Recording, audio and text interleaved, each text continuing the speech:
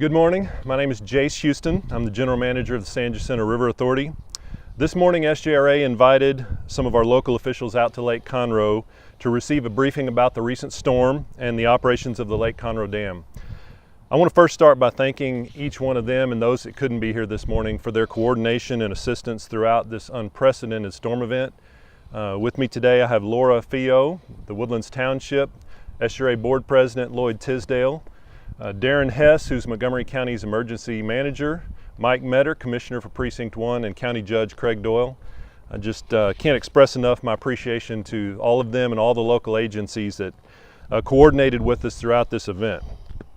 We do coordinate continuously throughout a storm event like this. All of the emergency management and law enforcement officials that we work with have been incredible partners. I especially want to thank the City of Conroe. We worked with the fire department, the police department, and their public utility staff throughout this event, and they were an excellent assistance handling road closures, evacuations, and other emergency management activities. I want to give a current assessment of the situation here at Lake Conroe and a few statistics from the storm. Currently, the lake level is at 202.3 feet above mean sea level, and we're currently releasing at about 2,700 cubic feet per second. So we're about just a foot and a third over the normal level of 201. And as I mentioned, we're down to 2,700 cubic feet per second. The lake is continuing to slowly drop and we're releasing at a very slow and safe level, and that will continue probably for several weeks. The peak lake level during the storm event was 206.24 feet above mean sea level. That occurred at 7:15 a.m. on August 28th. So that's about 5¼ feet over the normal lake level for Lake Conroe. But importantly, that was still within the 6-foot flowage easement that exists around the perimeter of Lake Conroe. The peak release rate during the storm was 79,141 cubic feet per second. Compared to the inflow, the amount of water coming into Lake Conroe at the peak in the event was 130,000 cubic feet per second. Now, just for comparison's sake to the October 1994 flood event, in that event we had 13 inches of rainfall. During Hurricane Harvey, we had over 13 inches of rainfall on Sunday. And for the entire event, we had over 22 inches of rain fall in the Lake Conroe watershed. The peak elevation in the 94 flood was 205.6, and as I mentioned, in this event we were a little over that at 206.2. And the peak 1994 flow rate was 33,000 cubic feet per second, obviously much lower than the 79,000 in this event. Now, just to touch on a few of the operational statistics from the storm. Throughout this event, the River Authority has maintained operations in all of its different divisions. Our water and wastewater systems in the Woodlands are now fully operational. We had 8 lift stations underwater, but all of those are now fully functional. We had 1 wastewater treatment plant that had some water in it. It was down for less than 24 hours, and that's back up and running. So all the systems there are running. Our Highlands operation in East Harris County, our customers, Exxon, Chevron, and other industries in East Harris County, their customer demands are lower. Some of the refineries are shut down and some are just at lower operations. And we have a buffering reservoir in the Highlands that filled during the event, but all of those operations are now fully functional. Our surface water treatment plant at Lake Conroe maintained operations throughout the storm. And obviously here at Lake Conroe at the dam, the operations continued 24/7 throughout the event. And I'm going to share now a few of the operational protocols and the standards that govern the operation of the dam. First of all, the primary goal in an operation in an event like this is protecting life and property. Number one, we have to protect the spillway gates in the dam itself from overtopping in an event, and also ensure at all times that the peak release rate is lower than the peak inflow rate coming into Lake Conroe. We certainly understand that in an event, an enormous rainfall event like this, there will be devastating flooding both upstream and downstream of the dam, but we don't have the option to just let it all out or to keep it all back.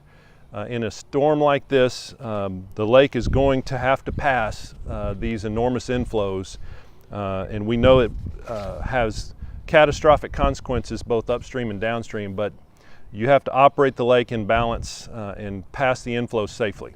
First of all, in terms of upstream, the concern around the lake obviously is lake levels. At normal elevation, we have about 18 inches of freeboard between the water line and the top of the spillway gates. As the lake level rises, those gates have to be raised. The water cannot overtop the spillway gates. You have to protect the structural integrity of the dam itself and of the gates. And so we follow our operational protocol to do that. And at all times, we have to keep the lake level within the 6-foot flowage easement that's designated in the deed records around Lake Conroe. That flowage easement was acquired at the time the lake was constructed. It's an operating buffer zone. It's the range within which the operators of the reservoir have to operate the lake during a storm event so that you can safely pass inflows while absorbing some of that. Now downstream, obviously the biggest concern are river levels. The goal in this event, or any event like it, is to pass stormwaters at a lower peak rate than the peak inflows that are flowing into the lake. This means that throughout an event, the dam is keeping the flows in the river at a lower rate than they would have been if the dam did not exist. So even though Lake Conroe was not designed for flood control, it has significantly reduced downstream flooding in every storm event since the lake was constructed in 1973, including and especially this event. Now, some of the frequent questions, I'd like to just address a few of those. The most frequent question we get is, why didn't you just let water out before the storm so you would have room to absorb? This is known as pre-releasing, and we never pre-release water from Lake Conroe prior to a storm event for numerous reasons, and I'll go through some of those. First of all, it would take weeks to safely lower the level of Lake Conroe without causing flooding downstream. So in order to release at a low enough rate that I don't put water outside of the riverbanks or fill up Lake Houston downstream of us, it would take many, many weeks to safely lower Lake Conroe. And if you do that, you're now artificially filling the river downstream, you're artificially filling Lake Houston. And if the heavy rains in an event end up falling in those watersheds, Cypress Creek, Spring Creek, and the other downstream watersheds, you will have artificially exacerbated their flooding problems. In addition, if you don't get significant rainfalls in the Lake Conroe watershed, which is highly likely given the small size of our watershed, you would have then released all of that volume downstream, and now you're sitting with a lot of valuable storage that you've released. So it's just simply not possible to accurately predict how much and exactly where rain will fall with enough time to safely pre-release. And one other kind of technical aspect is the soils in the embankment of a dam are fully saturated at all times. And if you lower a lake level below its normal elevation too quickly, the water in the pore spaces in the soils of the embankment can become fluidized and loose and become structurally unsafe. So that's just another reason you can't pre-release prior to an event. Another rumor that we've been dealing with, there have been several rumors on social media that there was a problem with the Lake Conroe Dam, or even that the dam had breached. These are not true. The dam is perfectly safe and it's in excellent working condition. We often also get questions about whether flooding at a specific subdivision was related to the releases from the Lake Conroe Dam. We have a map on our website. It's a peak flows map, and it shows all the different watersheds that flow into the West Fork of the San Jacinto River and into Lake Houston. And I welcome everyone to visit that, look at that map. You can see all the peak flows and rainfall totals during this event, and it shows you which creek you're on and where the flows are that relate to your subdivision. Historically, in typical rainfall events, the releases from Lake Conroe make up about 10% of the flows going into Lake Houston.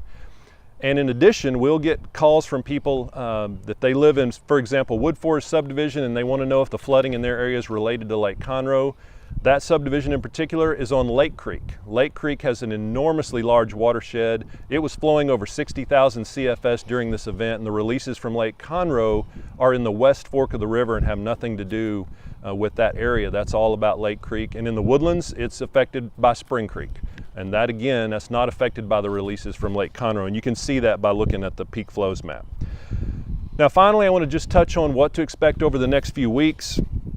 unfortunately, we are going to have to keep Lake Conroe closed to recreational traffic for the Labor Day weekend.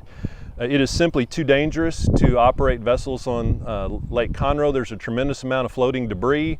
All of our law enforcement officials that generally respond to emergencies or monitor boat safety on Lake Conroe are busy with emergency operations. In fact, we've already had one call on the lake, and our law enforcement boat hit debris trying to get to a call on Lake Conroe. So we're going to keep Lake Conroe closed. Commissioner Metter is also going to keep Lake Conroe Park closed. They've got a tremendous amount of debris at the park, and we most importantly want to protect life and keep people safe at this point. We will allow vessels on the water if you are taking your boat off the lake, if you want to take it to safe harbor in a marina, or if you're doing debris cleanup or some other type of safety activity. Also, we will allow kayaks and non-motorized vessels on the lake. But every vessel on the lake will have to observe a strict no-wake speed limit. Finally, I just want to mention there's a tremendous amount of information on our website, SJRA.net. We've got the peak flows map, frequently asked questions, additional information that you'll find helpful. All the historic rainfall totals are available there. We'll continue to post updates, and I encourage everyone to also visit Montgomery County's Emergency Operations website at mctxoem.org. You can register for text alerts. We don't expect any events in the next several weeks, but it's best to avail yourself of those text alerts through Montgomery County's Smart 911 service. Thank you, and we encourage you to visit our website and get additional information or call us. Thank you very much.